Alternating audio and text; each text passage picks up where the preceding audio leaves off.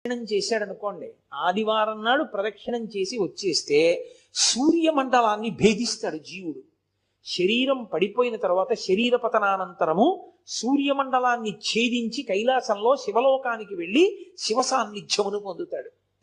ఒక సోమవారం నాడు ప్రదక్షిణం చేశాడనుకోండి, జరామృత్యువులను దాటతాడు. జరామృత్యువు అంటే వృద్ధాప్యము, మృత్యువు. ఇది ఒక చిత్రమైనటువంటి విషయం. చాలా మంది త్రిదళం త్రిగుణాకారం త్రినేత్రంచ త్రియాయుధం అంటుంటారు, కానీ అలా లేదు.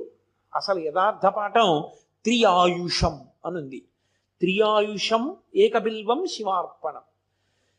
త్రియాయుషం అంటే 3 రకములైన ఆయుర్దాయాల్ని కోరుతారు. నేను వృద్ధాప్యాన్ని చూడాలని నేను కోరుకోవాలి. బాల్యము, కౌమారము, యవ్వనము దాటి నేను వార్ధక్యాన్ని చూడాలి అని అడగాలి. ఎందుకో తెలుసా? వార్ధక్య